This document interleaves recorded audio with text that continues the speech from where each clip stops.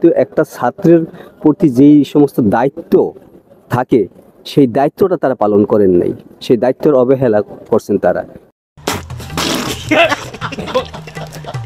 যে ছাত্ররা যদি এই অবস্থায় গিয়ে দাঁড়ায়, তো যারা নাকি মানে আশেপাশে আছে তারা কি করবে?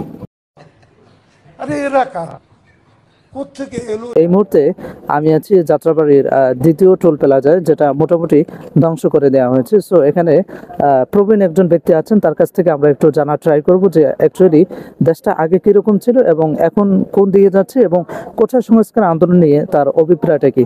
তো ফার্স্ট অফ অল আপনাকে যেটা জিজ্ঞাসা করবো যে ছাত্ররা যারা কোঠা সংস্কার আন্দোলন নিয়ে যারা মাঠে নেমেছে, অধিকারের জন্য এভাবে লড়া যাবে কিনা?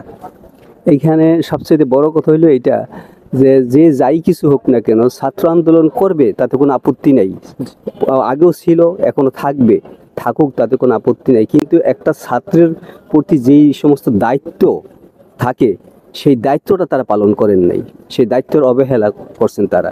যেন গতকালকে যে ঘটনাগুলো ঘটছে, ছোট হোক বড় হোক যতটুকু হয়েছে, যে এই যে এখন আজকে দেখা যাইতেছে সে বিশাল বড় একটা মরুভূমির উপরে আছে, যে ছাত্ররা যদি এই অবস্থায় গিয়ে দাঁড়ায়, তো যারা নাকি মানে আশেপাশে আছে তারা কি করবে?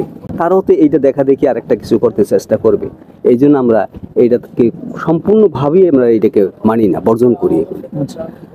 প্রথম কথা হচ্ছে যে দেখেন, প্রথমে ছাত্র যারা ছিল তারা প্রথমে সহজভাবে তাদের অধিকার আদায়ের জন্য কথা বলছিল বা দাবি উত্থাপন করছিল, কিন্তু দেখা যাচ্ছিল যে এতে কোনো কাজ হচ্ছে না। এরপরেই তারা এরকম তাণ্ডব শুরু করেছে। সো কেউ যদি তাদের অধিকার সহজভাবে মেনে না নেয়, তাহলে এভাবে তাণ্ডব চালিয়ে আসলে তাদের অধিকার আদায় করাটা কতটুকু আপনার কাছে যৌক্তিক মনে হয়? না, এরা অধিকার, তার অধিকার অবশ্যই আছে, 100% তার অধিকার আছে।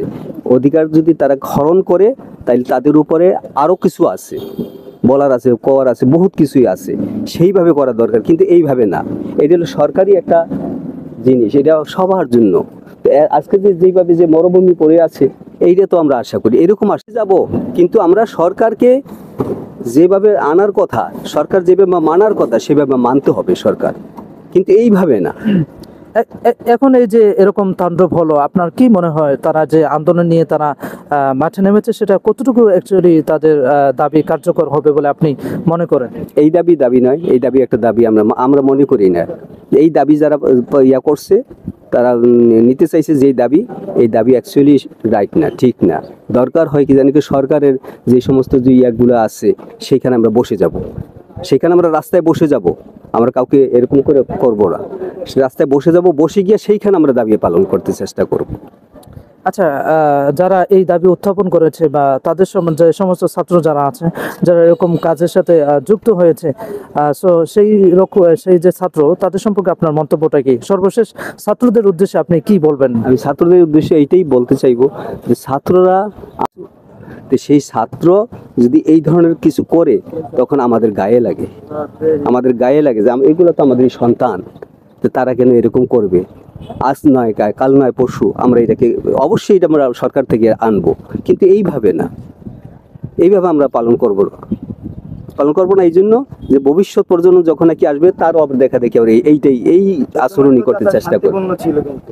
হ্যাঁ, শান্তি না, আপনি হয়তো যতটুকু আর কি প্রথমে কিন্তু শান্তিপূর্ণ ছিল সবকিছু, এখন কিন্তু প্রথমে কিন্তু ওরা আঘাত করছে, আপনি জানেন না? কিছু তো হয়তো জানেন না, আমি ছিলাম না। প্রথমে ওরা আঘাত করার কারণে আমরা আঘাত করছি।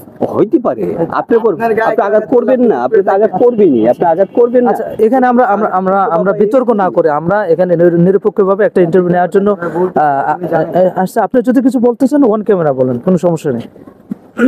প্রয়োজনে আপনাকে আপনার ফেস ব্লার করে দেওয়া হবে। আচ্ছা, আপনাদের মধ্যে কেউ কথা বলবেন? নেক্সট ভিডিও, আল্লাহ হাফেজ।